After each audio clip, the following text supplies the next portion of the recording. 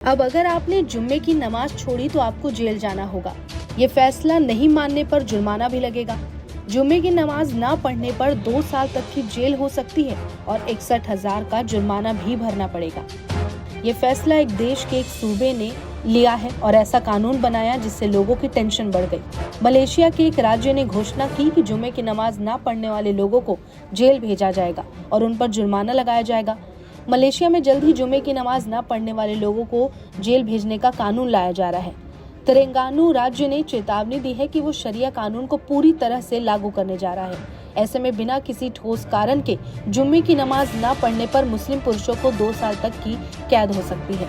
इस कदम को बहुसांस्कृतिक मलेशिया में धार्मिक रूढ़िवाद की ओर झुकाव का प्रतीक माना जा रहा है। प्रधानमंत्री अनवर इब्राहिम के कार्यकाल में मलेशिया में धार्मिक कट्टरता काफी बढ़ गई है। अभी कुछ महीने पहले ही मलेशिया में सैकड़ों साल पुरानी एक मंदिर को हटाकर वहां मस्जिद का निर्माण किया गया था, जिसका उद्घाटन अनवर इब्राहिम ने किया था।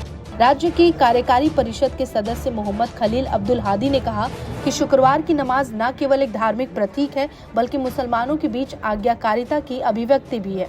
इस्लाम के इस अनिवार्य फर्ज को पूरा करने में किसी को भी छूट नहीं दी जा सकती।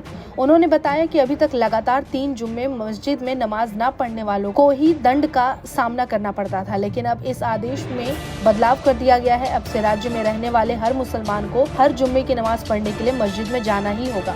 उन्होंने कहा कि अगर कोई मुसलमान वैध वजह से बिना जुम्मे की नमाज को छोड़ता है तो शरिया कानून के तहत उसे 2 साल तक की सजा हो सकती है। साथ ही 56 से 61,000 तक का जुर्माना भी भरना पड़ेगा। बता दें कि मलेशिया के संविधान में इस्लाम को आधिकारिक रूप से राज्य धर्म का दर्जा प्राप्त है।